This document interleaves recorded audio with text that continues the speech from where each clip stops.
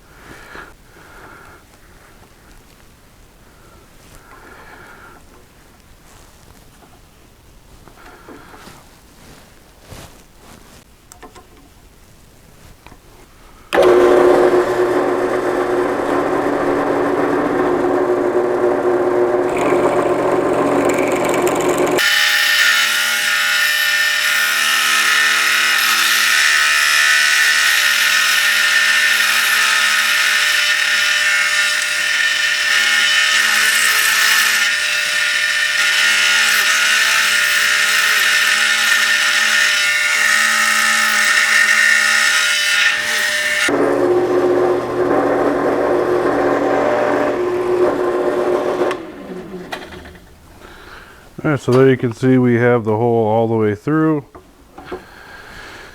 So now, I'll clean that up a little bit. And the bolt goes through and threads in the other side. So we're all set. One of the issues you can see from drilling it, we got a little bit of metal filings on the inside here. We'll have to get that cleaned out so that it slides over the shaft well. Alright, to clean that out, I'm just going to put it back in the vise here. We'll take a drill bit, run it on the side of the drill bit, and it works kind of like a file to file it down.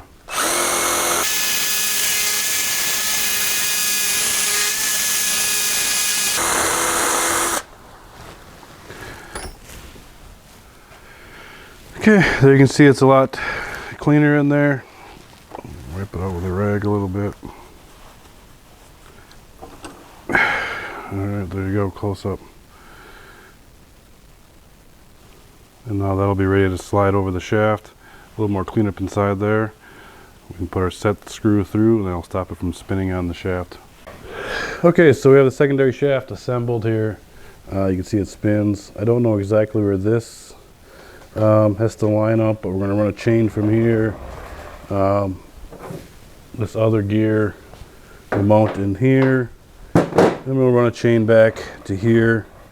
The next step will be we're going to switch out the main drive gear here. This is a 48 tooth. We're going to go down to a 37 tooth, get a little more top end out of it. It is a 3-speed, so we have 3 different gears. I think in low, it'll be plenty low enough for pulling or hill climbing, and then it'll give us a little more top end in third. So we'll get this chain off, get this sprocket off, get the next sprocket, get the new sprocket on. Then we can figure out where the secondary shaft has to line up, and then we can go about making the mount for it and get it all mounted down. Okay, so we got the sprocket changed. One thing we're going to try to do is we're going to try to reuse, this is the cover off the old chain case. We're going to try to use this to cover up the chain and protect it, since it is down close to snow, rocks, stumps, whatever. We'll put that on there, get that mounted up. If we're reusing this, I figured out this is about where the secondary shaft has to be. I'll set that aside for right now. I don't have any more of the channel. I went to the metal store and they didn't have any either. So we're going to do something a little different. I'm going to use 1/4 inch square bar. and we'll cut 4 into this length. We'll use that for mounting our 2 bearing blocks, and we'll do just weld bolts in between them so that we can bolt the bearing blocks down to the frame. So we'll get started on cutting that and making the mount. Okay, so we're going to make the bearing block mounts out of this 1/4 inch square bar. This is actually 27 inches. I need about a 9-inch piece, so I should be able to get 3 out of here. We'll go ahead and get those cut real quick.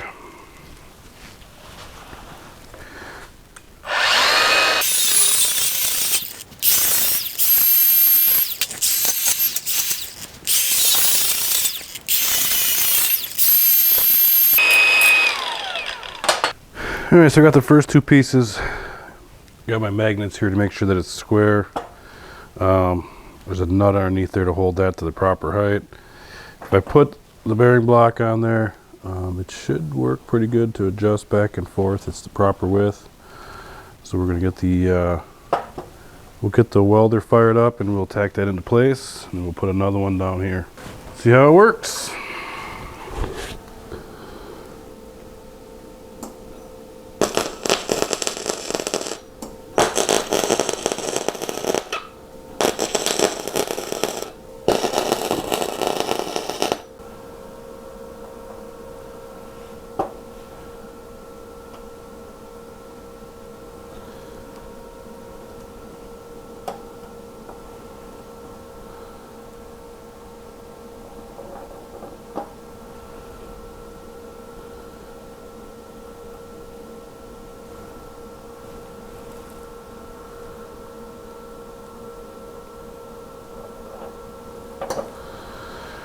Okay, we got the second one set in place. We'll tack that one in.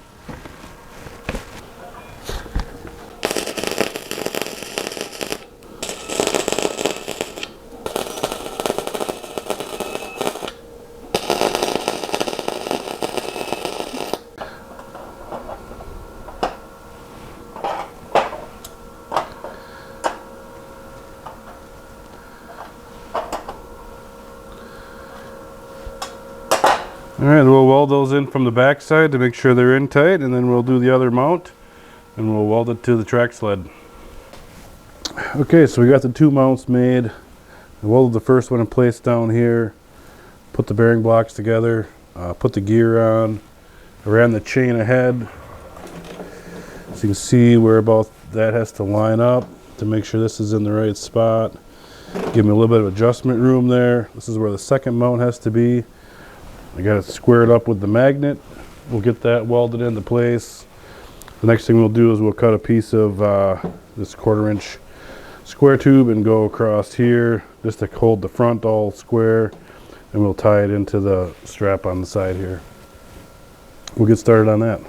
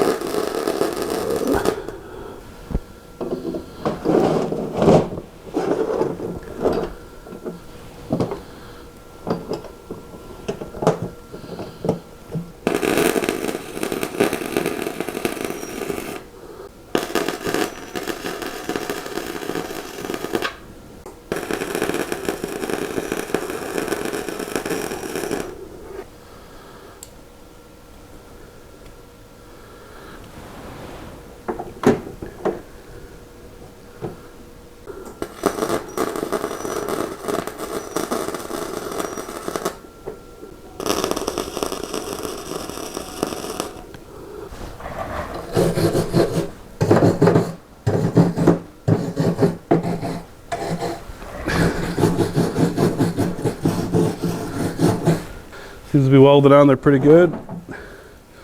So we should be all set to go ahead.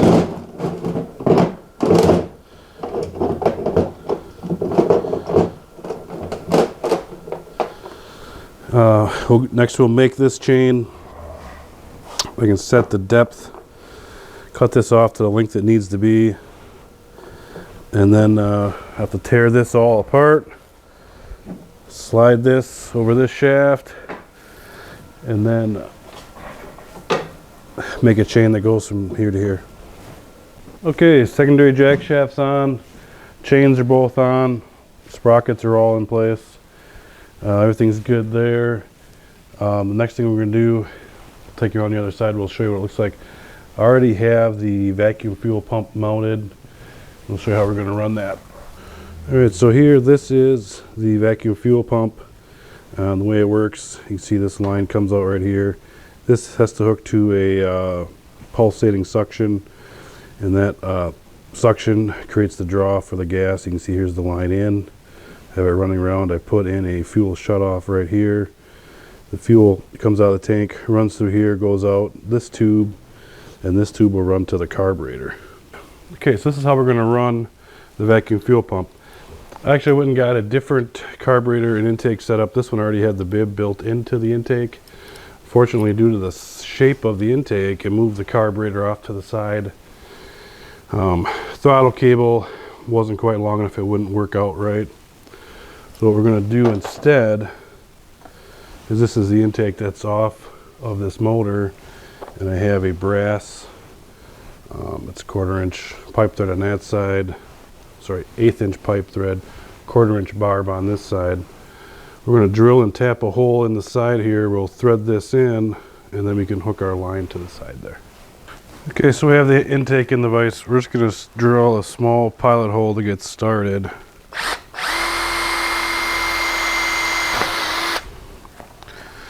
Alright, then we'll take it up to the bigger size.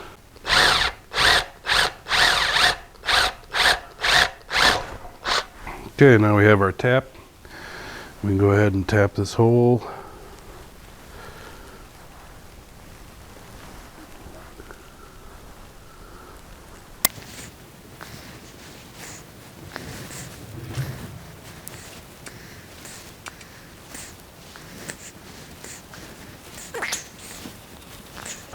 Alright, hole is tapped.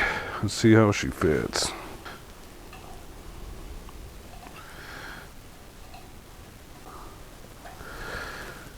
Threads in pretty nicely. There it is. Now the bib doesn't have to be this long. We'll cut off probably 2 of those to make it so it's shorter. And then we'll take this back out, put a little RTV gasket sealer around there so it seals up nice. Then we can bolt this on, bolt the carburetor back on, and get everything hooked up. Alright, so we got it screwed in. I got some pipe seal or thread sealer on there. And if you look inside, I actually made one minor adjustment. I cut the thread shorter so it's not in the airflow and doesn't cause turbulence or block the airflow. And you can see we cut the bib down so it's not quite as long. Alright, we'll get this mounted up. Okay, so now it's all hooked up. I turn the gas back on. You can see the gravity is only letting it run so far. But here is that vacuum line running around, and there's the hose bib we just drilled into the intake here. So then the gas line runs up here to the carb, back around, and then the fuel goes in here. So next up, I'm going to make a quick mount for the exhaust off of here. We'll get the exhaust back on. This is here. You can put the exhaust back on, and then we'll turn it over and see how well this vacuum pump works. The exhaust mount, we're just going to use this 3/4 inch square tube. It's going to be pretty simple. We're just going to weld it straight to the mount here. I'm going to make this level.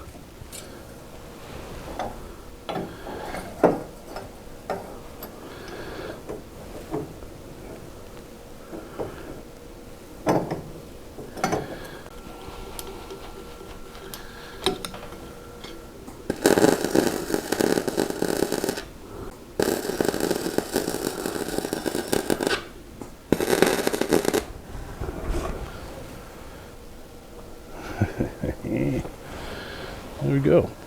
So there we go. Quick, easy exhaust mount.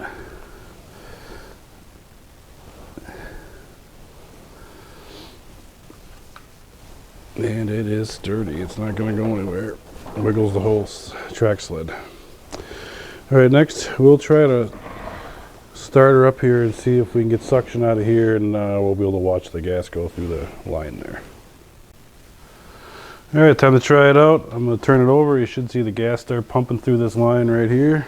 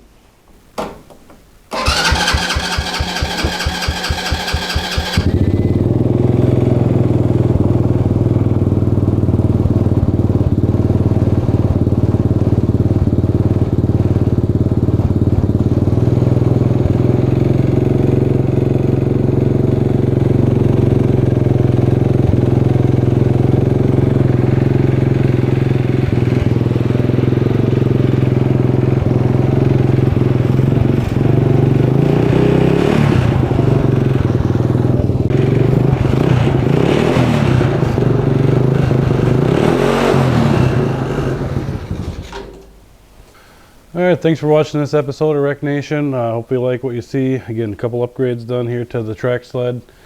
A few more things we got to do. I didn't get to the footwells yet. We'll get to that next. And I want to upgrade the shifter, make the shifter a little longer, get the brakes hooked back up again, and then we got to do some finishing touches on the sleigh that pulls behind it. Thanks for watching. Hope you like this episode. Join us again for another episode of RecNation. Have a good day.